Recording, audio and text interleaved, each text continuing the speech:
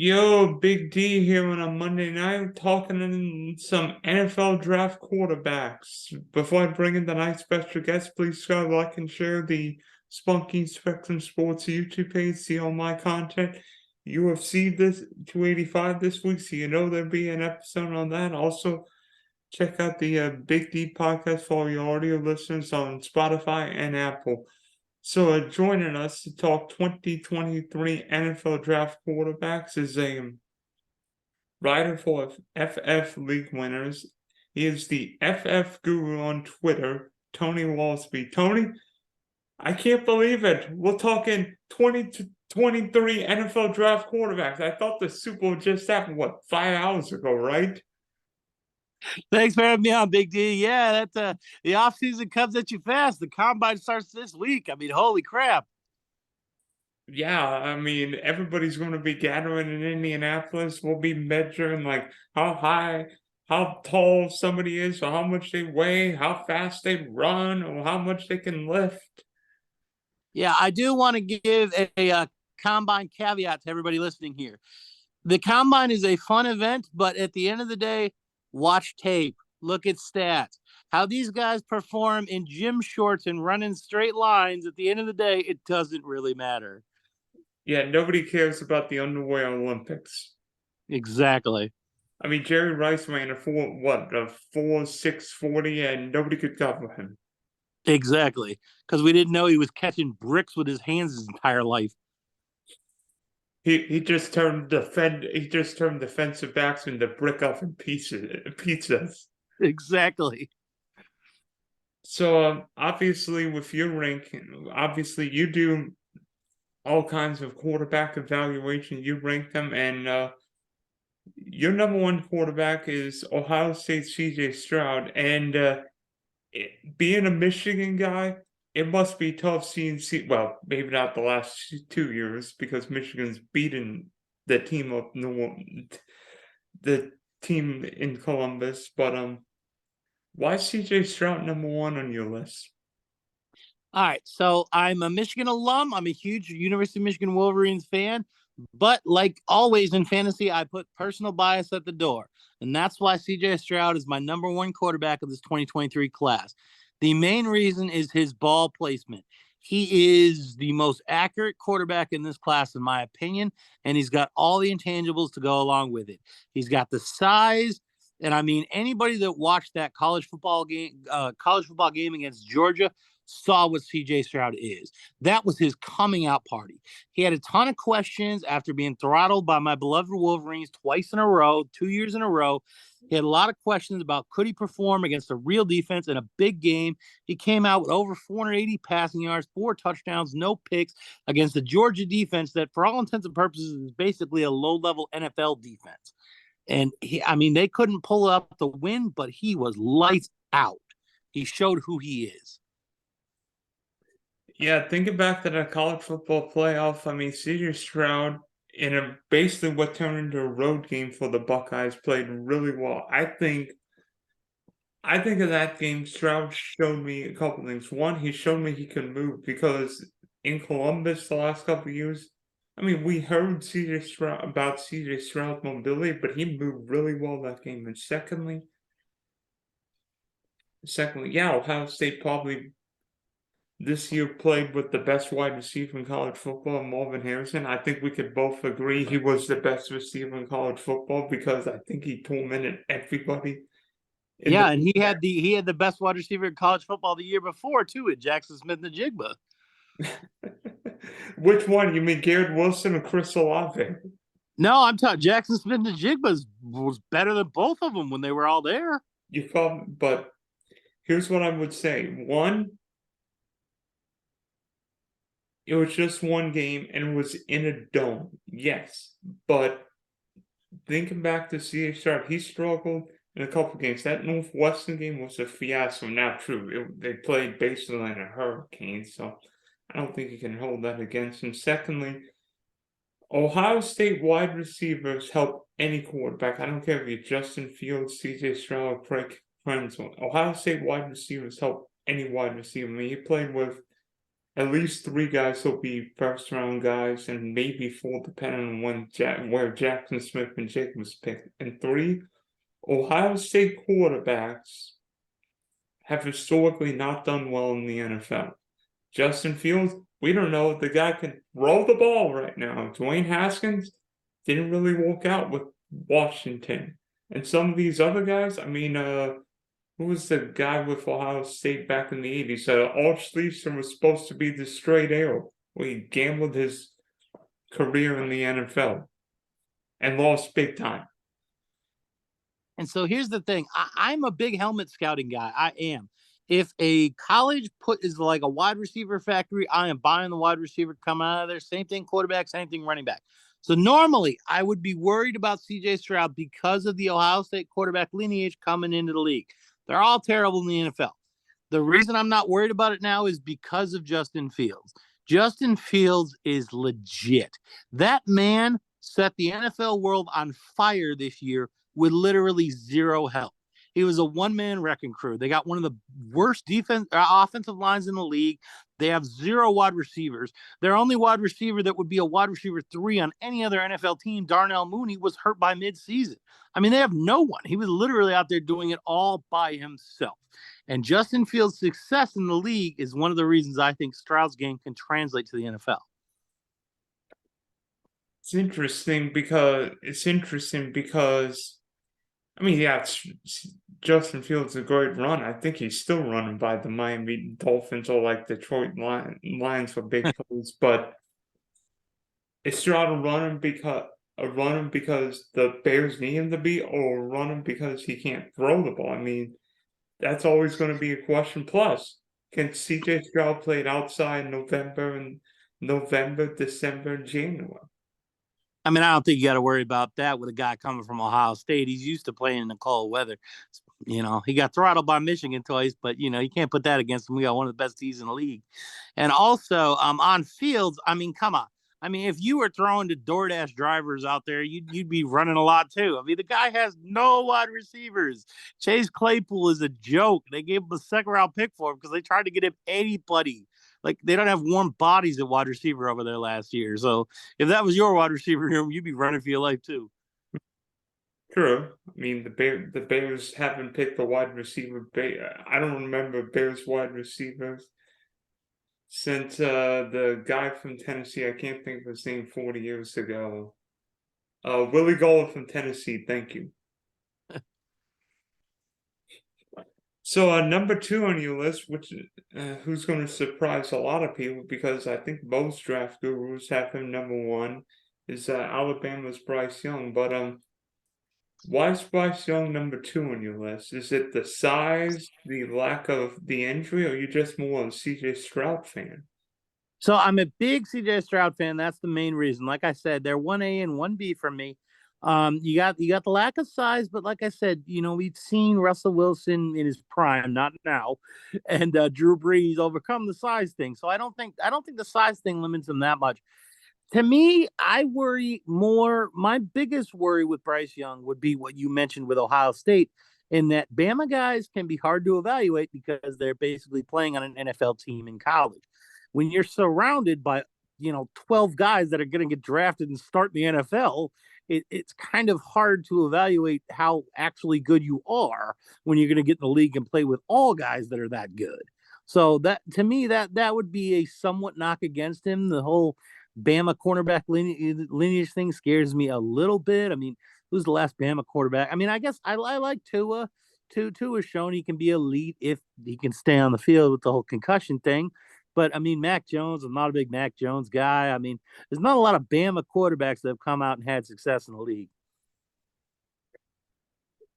And you could also say once Alabama quarterbacks leave Nick Saban, they don't have. I mean, yeah, Miami this year with Tua looked really good, but like Mac Jones this year didn't have Alabama's wide receivers or Bill O'Brien as his offensive coordinator, and looked like I'm not going to say what he looked like, but Mac Jones looked like what I feared he would be in the NFL, if not more. Exactly. The guy's ceiling is Daniel Jones, and Daniel Jones sucks if he doesn't have Saquon Barkley rushing for 1,800 yards. Or if he's not facing the Minnesota Vikings, but that's a story for another year.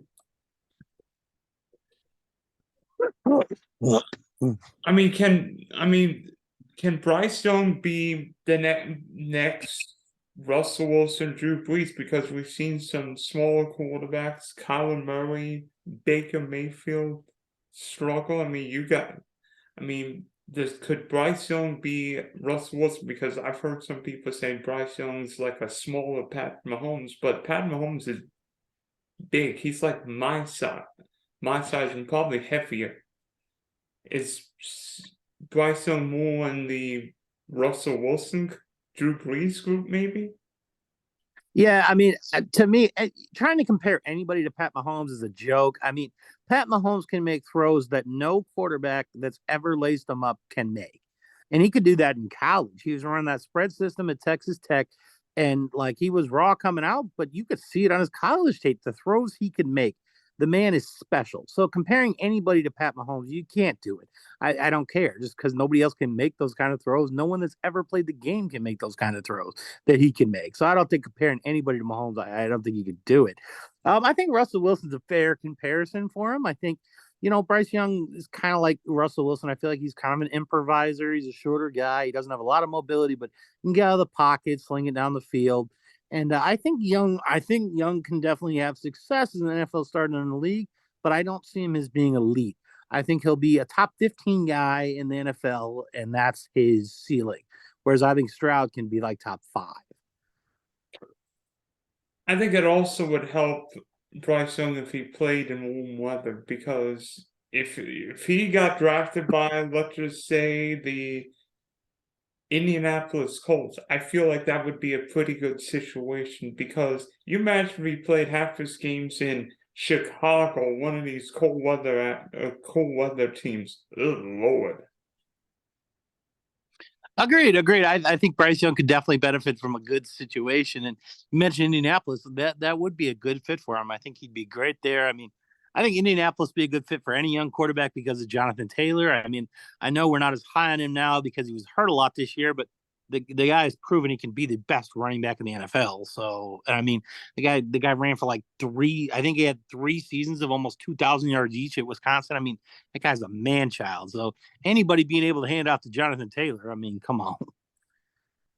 Yeah, so now we go to number 3, who's going to be the main surprise. It's not Anthony Richardson or Will Levis, but Tennessee's Hendon Hooker, because for the first 2/3 of the year until the Georgia game, I think everyone had all but guaranteed that Hooker was going to win the Heisman. But yes, he's coming off a major knee injury. He is, 24, 25 years old, right? Yeah, so those are the big knocks on Hooker. He's 24 years old coming in, and he's coming off the ACL.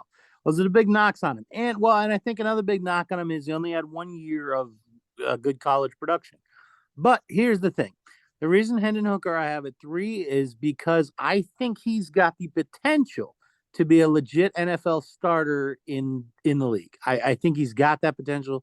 I think he showed that at Tennessee. And like you said, I mean, Heisman front runner before he got injured. Now, I will say Tennessee was running a very simplistic system, and that's why he was able to have success there, where he didn't at other places he played, because to me, they ran a very simplistic system. It was kind of a one read and go thing. If that guy's not open, take off, and it really worked. But he's a product of that Tennessee system. But I think he showed enough that if he gets drafted into the right place in the NFL, he can have success and remain a legitimate top 20 starter in the league. And I think he'll be given that opportunity. He's rehabbing. He's not going to get drafted before the 3rd round, the NFL draft. He'll be able to sit, rehab, learn, and I think he can come out firing and be a real steal for NFL's and fantasy GMs.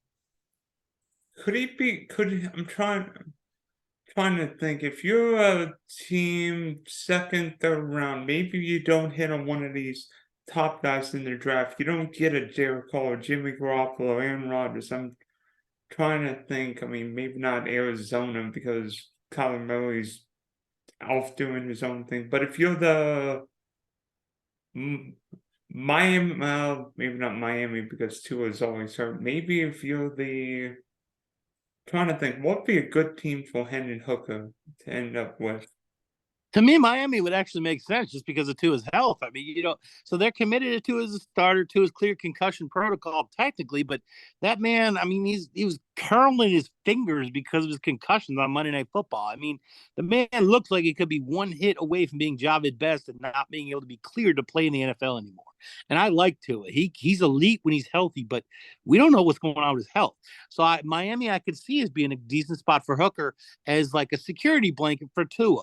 Some other teams that I could see being a good landing spot for Hooker that maybe don't need a quarterback right now, but could use one in the future. I think Tampa Bay would be a nice landing spot if they miss on a top quarterback. They, pivot to a vet like Derek Carr and have Hooker waiting in the wings. I think the Titans would be fine if they kept Ryan Tannehill and then had Hendon Hooker waiting because we all know Malik Willis ain't it. And let me think of another option here. I mean, my beloved Denver Broncos would even make sense. I mean, if Sean Payton can't fix Russell Wilson this year, then having Hendon Hooker there as a backup option would be pretty sweet. Yeah, especially having a similar kind of quarterback, one who can learn from a Hall of Fame or Hall of Fame caliber quarterback like Russ wouldn't be bad. And plus, we saw it with like Bill Belichick in New England. It's not bad. If you can hit on some of these guys like Jalen Hurts with the Eagles, Dak Prescott with the Cowboys, you're not paying a quarterback second, third, fourth round anything. I mean, heck, the 49ers almost got to the Super Bowl with Mr. Irrelevant. Exactly. Good old Brock Purdy. Nobody saw him coming. Good for him. I was saddened to see him get injured. But yeah, another perfect landing spot I feel like for Hooker would be Carolina.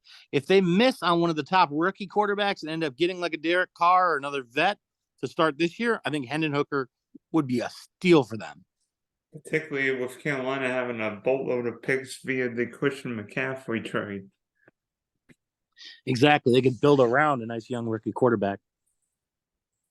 Okay, so obviously we talked about Levis and Richardson, but Levis and Richardson are way down on your list compared to a lot of people. So why are Richardson and Levis low on your list? Okay, so I'll go into it with both of them. I have a huge article coming out. It should hit on Friday about why I think Will Levis and Anthony Richardson are both going to be complete busts. I would actually prefer Max Duggan and Stetson Bennett in a vacuum.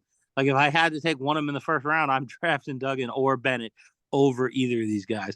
To me, the reason is obvious. Like if you watch their tape, okay, yeah, they can make some good throws, they can make some big plays, but it's they have glaring, just obvious issues. Anthony Richardson is the funniest one to me because he could not produce in college. The man started 1 year at Florida, okay, against SEC defenses. I get it. The SEC's got great defenses. Florida was 6-7 last year, and Anthony Richardson's numbers were so pedestrian. He passed for like 2,500 yards and like 17 touchdowns, 9 picks. I mean, yeah, another 600 yards rushing, but and 9 touchdowns rushing, I think it was. But I mean, those are not starting caliber numbers for anybody. I mean, that's a joke. So I don't know what I mean. Yeah, he can be exciting to watch, but I don't with numbers like that and a record like that. I don't know how anybody can think this guy's going to be a first round pick, and I think he will be a first round pick because these NFL GMs talk themselves into this stuff. But that guy's just a total bust. I mean, and you can see in his game, he's scattershot accuracy. He's got no pocket presence. His footwork's all over the place. I mean, there's just nothing there that I like. I think Anthony Richardson could be the most appealing quarterback in this draft because there are going to be GMs who think, wait a minute, this kid can't be fixed. But I think Anthony Richardson's got a couple things going for him. He can move, he played in the SEC, and even if Florida's a big power, Florida didn't have the 2020 team where he played with Kadarius Toney and Kyle Pitts. So I think Richardson needs time, but I think Anthony Richardson brings a lot of talent. I mean, I mean, you imagine the Baltimore Ravens when and if the Ravens trade Lamar Jackson. I think that is a very appealing landing spot, particularly with an offensive coordinator who coached in the SEC. Yeah, and so I get that. And see, that's to me, that's drinking the Kool-Aid. That's the Anthony Richardson hype train right now, which was going for Malik Willis at this time last year too. And the reason it's wild to me is, like I said, the lack of college production. He couldn't get it done in college. Why do we think he can get it done in the league? It's interesting you mentioned the Ravens and Lamar Jackson, because so when Lamar Jackson came out, he didn't get drafted until the end of the first round because he had the same knocks as Richardson coming in. People said, oh, this guy's a running back. He can't play quarterback. He can't throw. The difference is Lamar Jackson actually produced in college. He showed that he could be a quarterback in the league. I think Lamar Jackson's last season in college, he passed for like 3,000 yards and ran for another 1,600 with like 50 total touchdowns.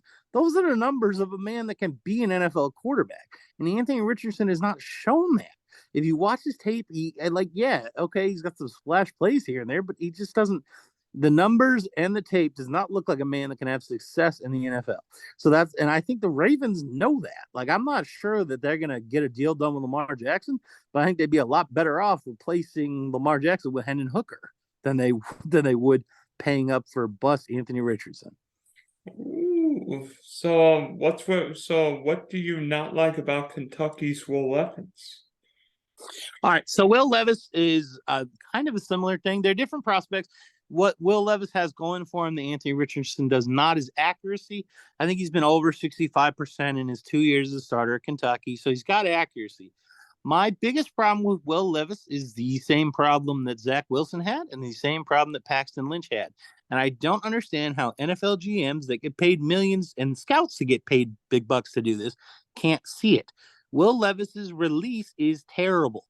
It takes him 2.5 seconds to get rid of a football when he tries to throw it, and it looks like he's trying to throw a javelin. It was the exact same thing with Zach Wilson. I got all excited about Zach Wilson because everybody was talking about him. So I turn on his college game to watch BYU go against Coastal Carolina. Florida team, Coastal Carolina. Yeah, Florida team, Coastal Carolina. And the first pass I saw him throw, I'm like, what is with this dude's release? And I'm like, I got to be watching this wrong. I watched the second throw, the third throw, and I'm like, no, this release will not work in the NFL. And guess what? It didn't. And the thing is, NFL GMs and head coaches, I think they get big heads and they think, oh, we can fix this guy, yada yada yada. To me, there's a lot of things you can fix, but a quarterback's release, you can't fix that. This guy's been playing quarterback his entire life. His release is what it is. You're not gonna fix his fundamental throwing motion, and that is what's gonna stop Will Levis from having success in the NFL. I think Will Levis is. I think Will Levis is very intriguing in this draft. One, I think he's got the. I don't know about you. I think he's got the biggest arm of these top four guys. Secondly, if you look at him, he didn't pan out. Penn State transferred to Kentucky, but this guy's a 4.05 finance student, and yeah, not all college quarterbacks to see, but I like the fact he's great in the classroom, and unlike some of these guys, because CJ Stroud and Bryce Young was like the most heralded prospect for his draft class. He won the Heisman as a redshirt freshman. Will Levis battled his butt. He played last year where a lot of guys would have said, I'm not playing, I'm not risking the injury. He battled, Brian got on the field for Kentucky, even though it was not 100%. And Kentucky didn't have wide receivers last year. Kentucky did not have Alabama, Ohio State's wide receivers. You imagine if Will Levis had been throwing to Marvin Harrison, Garrett Wilson, Chris Olave, or Jackson Smith and Jigma the last 2 years.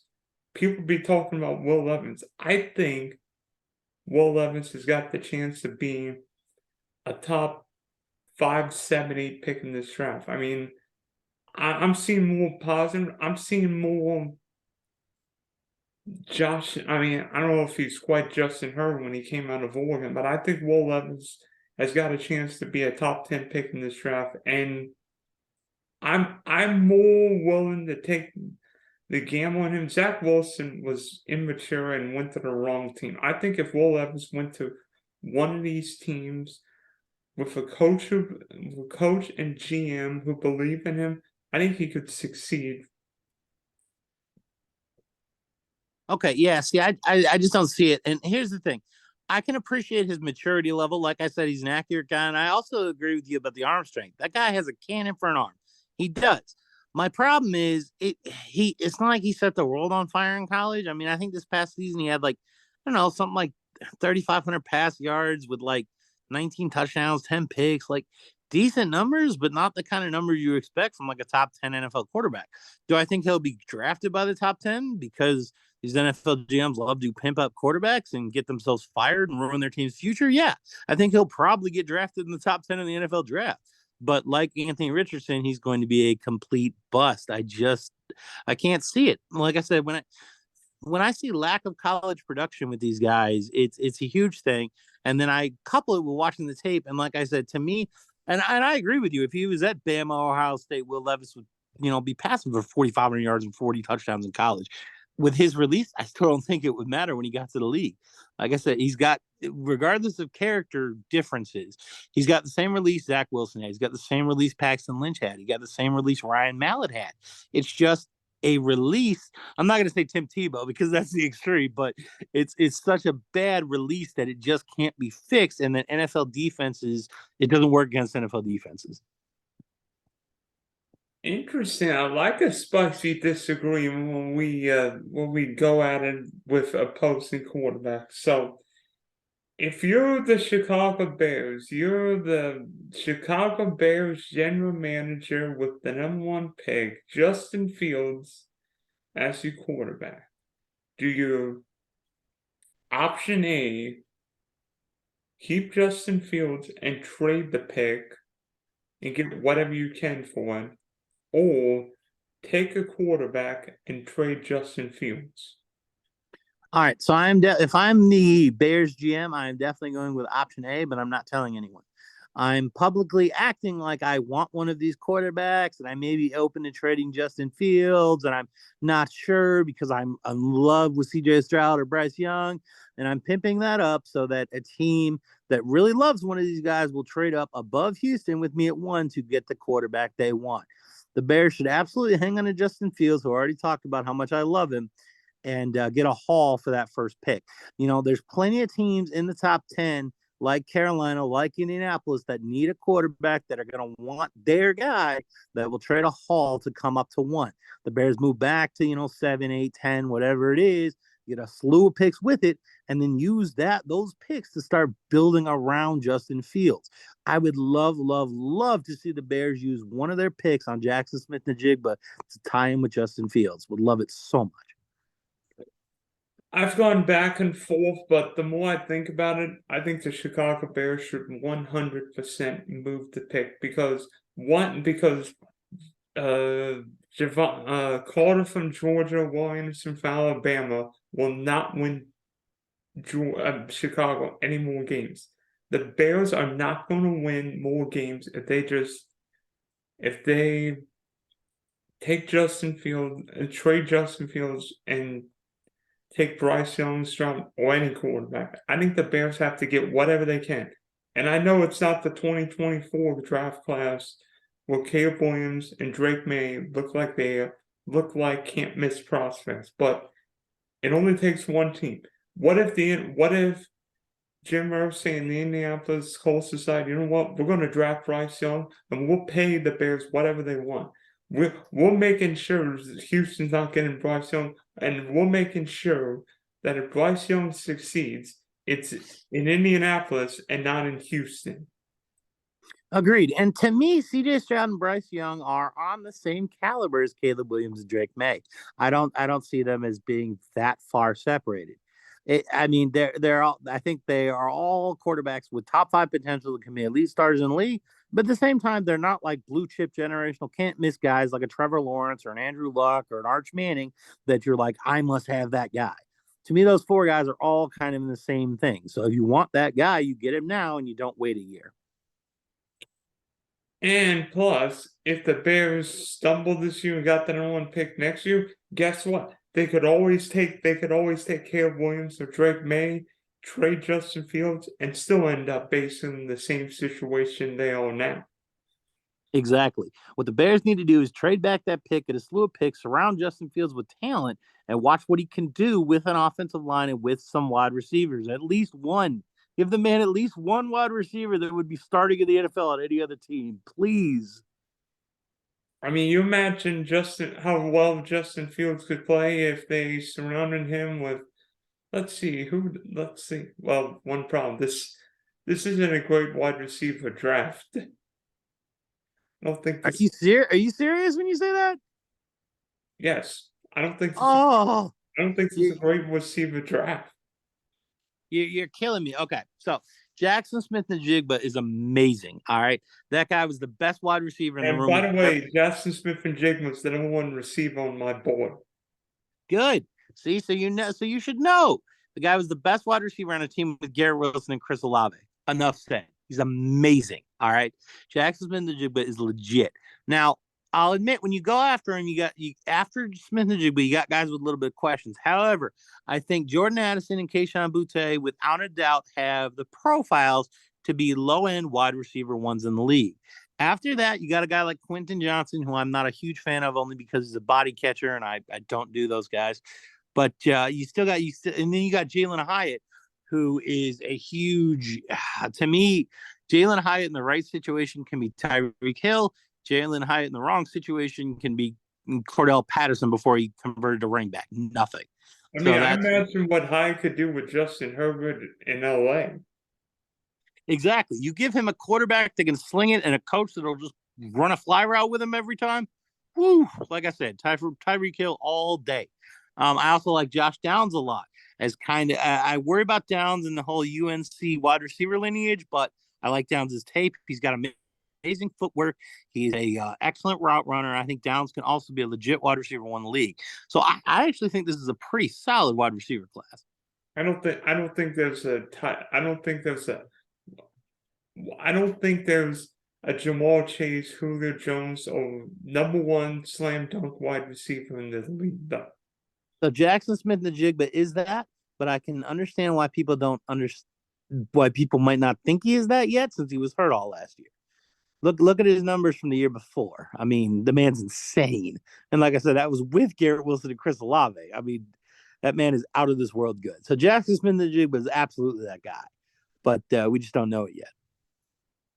All right, Tony. So thanks for hopping on. We wish you well, and hopefully your quarterback predictions come true. And I hope Sean Payton can get Russell Wilson turned around, because I think we should have Russ eat more. Russ eat a few more touchdowns and not eat a few more sacks this year. Yeah. Given how it was last year, I don't want Russ to cook anymore. I kept inviting him over to my house to cook, and all it was for dinner was SpaghettiOs. So I'm hoping we don't let Russ cook, and then Sean Payton could just get him to operate within his system, and we'll be okay.